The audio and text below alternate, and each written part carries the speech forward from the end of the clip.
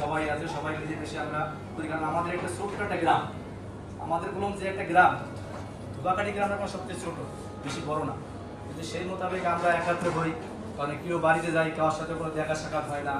তারপরে তো যদিও আমরা ঢাকা যারা আসছি তাদের সাথেও বেশি একটা দেখা হয় না, খুব একটা।